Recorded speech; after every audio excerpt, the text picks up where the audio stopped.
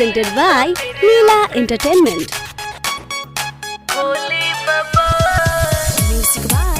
Deepiness Premi.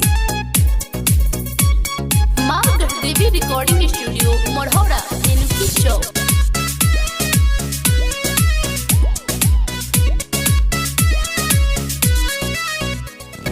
छठे घाटे भीड़ बड़ियार बरुए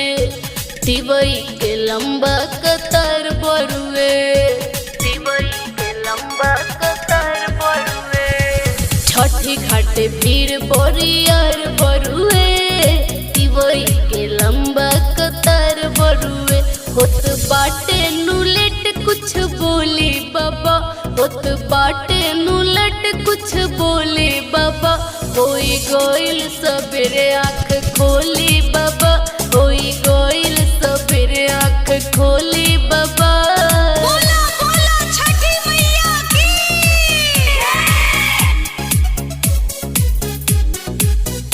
होई गोइल सबेरे आँख खोली बाबा खोली बाबा दुइयनु दिन से हम भूखल बानी रउआ चरनिया में झुकल बानी दुइयनु दिन से हम भूखल बानी रउआ चरनिया में झुकल बानी फैलाई के अपन झोली बाबा फैलाई के अपन झोली बाबा होई गइल सबेरे आँख खोली बाबा होई गइल सबेरे आँख खोली बाबा बोला बोला छठी मैया की। होई गइल सबेरे आँख खोली बाबा खोली बाबा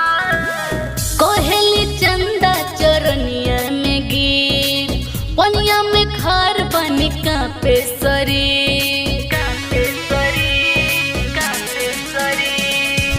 कोहेली चंदा चरनिया में गिर पनिया में खार बनी कांपे शरीर लड्डू लडला कहे हाँ की टोली बाबा लड्डू लडला कहे हाँ की टोली बाबा होई गइल सबेरे आँख खोली बाबा होई गइल सबेरे आँख खोली बाबा छठी घाटे भीड़ बड़ियार बरुए दिवई के लंबा कतार बरुए होत बाटे नुलेट कुछ बोले बाबा होत बाटे नुलेट कुछ बोले बाबा होई गइल सबेरे आँख खोली बाबा होई गइल सबेरे आँख खोली बाबा मार्गरेट देवी रिकॉर्डिंग स्टूडियो मोरहौड़ा हेनुकी चौक।